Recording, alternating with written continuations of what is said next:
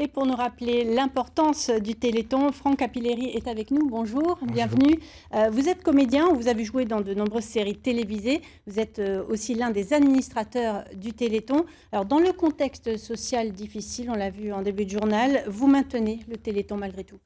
Ben oui, mais je voudrais simplement rappeler que la maladie, le handicap, ça ne fait pas de politique, ça ne fait pas de religion. Et qu'on se bat pour nos gamins depuis des années, et que depuis le début de l'année, tout le monde attend cette période, le Téléthon, parce que tout d'un coup, le handicap est visible, et on le voit, et il y a beaucoup de familles qui attendent avec impatience le Téléthon. C'est dommage que beaucoup d'animations sont annulées. Oui, le lancement du Téléthon prévu place de la Comédie à Montpellier ce soir est déplacé place du Nombre d'Or. Décision du préfet pour la sécurité de tous, vous le comprenez? Oui, absolument. Oui. C'est important la sécurité de chacun. Mais je pense qu'il faut rappeler le 36-37. Peut-être qu'il faut que les gens se mobilisent sur le téléphone et puis il va se passer des choses. Je sais qu'à la Grande Motte, il va y avoir des crêpes, il va y avoir plein de choses. C'est une fête quand même. C'est comme si c'était le 14 juillet, le Téléthon. Et il faut que ça reste comme ça. Est-ce que vous pensez qu'on dépassera les 7 500 000 € cette année en Occitanie? Non seulement je le pense, mais je le souhaite, je l'espère. Oui, j'espère. Oui, oui le record en France date de 2006. Donc, quels sont les freins finalement pour les donateurs? Je sais pas, je pense qu'il n'y a pas de frein. Déjà, il faut rappeler que c'est déductible des impôts, puisqu'on parle d'une période où il y a beaucoup de gens qui payent des impôts. Ça, c'est concret. Ça, c'est concret. Et qu'on peut déduire des impôts, le don.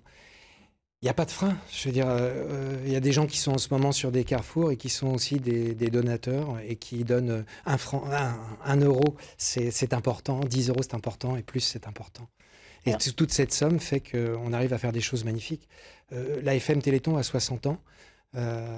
Yolène de Quépert, il y a donc 60 ans, avec un ensemble de familles, a créé ce Téléthon. Barato, il y a 32 ans, a créé le Téléthon, et il s'est passé des choses extraordinaires, quoi. Alors, entre 6 000 et 8 000 maladies rares concernent 3 millions de personnes en France. Votre fils était atteint de la myopathie.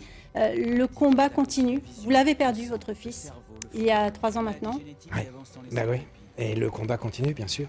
À l'heure où on parle, il y a encore des gamins qui naissent, mais grâce à vos dons, on fait ce qu'on appelle par exemple le DPI sur des dépistages post-implantatoires. On permet à des familles qui ont un cas chez eux d'une myopathie de Duchenne d'avoir des enfants entre guillemets normaux. Voilà, c'est grâce au Téléthon. Il y a vraiment des grosses avancées. Je parlais tout à l'heure, on est capable, par exemple, sur des gamins, pour savoir quelle myopathie on a, quelle myopathie a le gamin, on fait une biopsie sur le bras, et donc on abîme un muscle qui est déjà abîmé. Mais maintenant, grâce aux chercheurs, on est capable de prendre des cellules souches de graisse qu'on transforme en muscle, et on n'abîme plus le muscle abîmé. C'est une chose fantastique. Donc le Téléthon porteur d'espoir. Merci beaucoup, Franck Capilleri, d'avoir accepté notre invitation. Et je rappelle ce numéro, le 36 37, bien sûr. Bien sûr.